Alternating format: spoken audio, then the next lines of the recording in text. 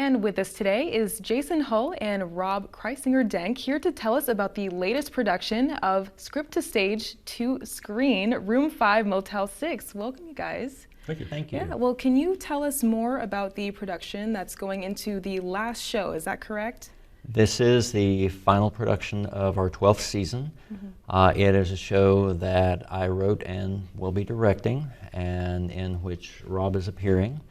And our shows are a little different from other theater companies. They are very elaborate staged readings, so the actors do carry scripts. However, we fully block the show. We use sound cues, light cues, costumes, props. It is as close to a full production as you can get without making that final leap. This gives playwrights an opportunity to see and hear their work for the first time on stage, so they can get an idea of how a full production would function based on what they've written. Yeah, definitely. And this play in particular is super interesting because there are 14 characters and only 7 actors. What is it like you're playing 2 characters, is that right? What is that like? It's a great acting exercise.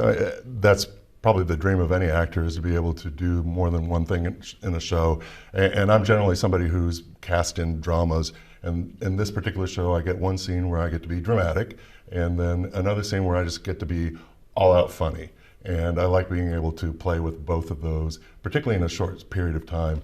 And I'm also grateful that in the dramatic role, I get to play against my actual husband. What's challenging about this is we've been married now for about 13 years, and in this particular segment of the show, we are ending our relationship. We're dealing with the divorce papers. So that's been interesting to explore in the dynamic of our relationship.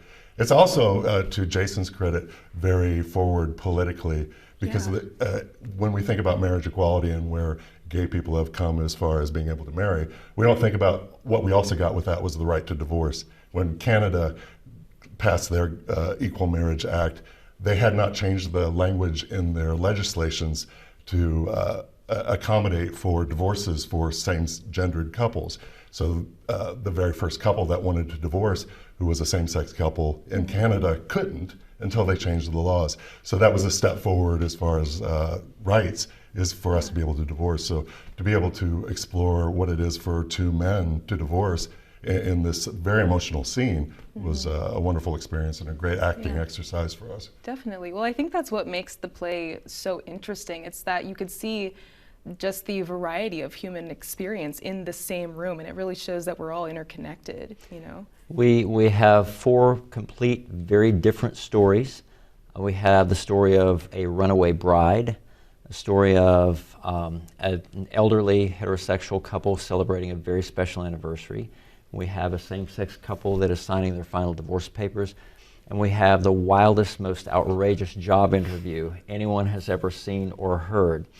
And so the stories are disparate, but yet at the same time, they all speak to the humanity in people. And there are 2 comedies and 2 dramas, so you'll get to laugh and you may shed a tear or 2, kind of like life. Yeah, definitely. Well, it sounds like there's something for everybody in this play, and it looks like if you'd like to see the play, it's going to be playing Friday and Saturday, June 23rd and 24th at 7:30 at the Unitarian Universalist Church of the Desert in Rancho Mirage. And it looks like to find ticket information, you can go to Script2Stage2Screen.com. Well, thank you both so much for being here. It sounds like an amazing play, and yeah, it just really encapsulates the human experience so well.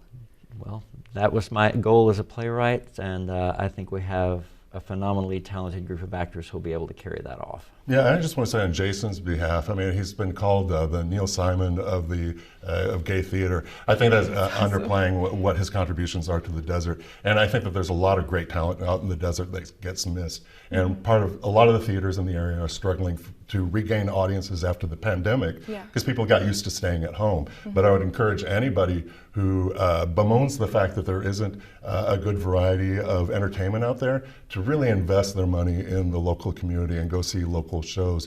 He's a local playwright writing some really incredible things. There are a lot of playwrights in the area doing the same thing, a lot of actors who are Broadway caliber, they're just in the desert. So you can't miss by going out and seeing a show like this, and it's very inexpensive, and you get the opportunity to ask questions afterwards and learn about the process of putting together theater in the That's desert. really special. That's awesome. That's a cool opportunity to be able to ask questions about a production too.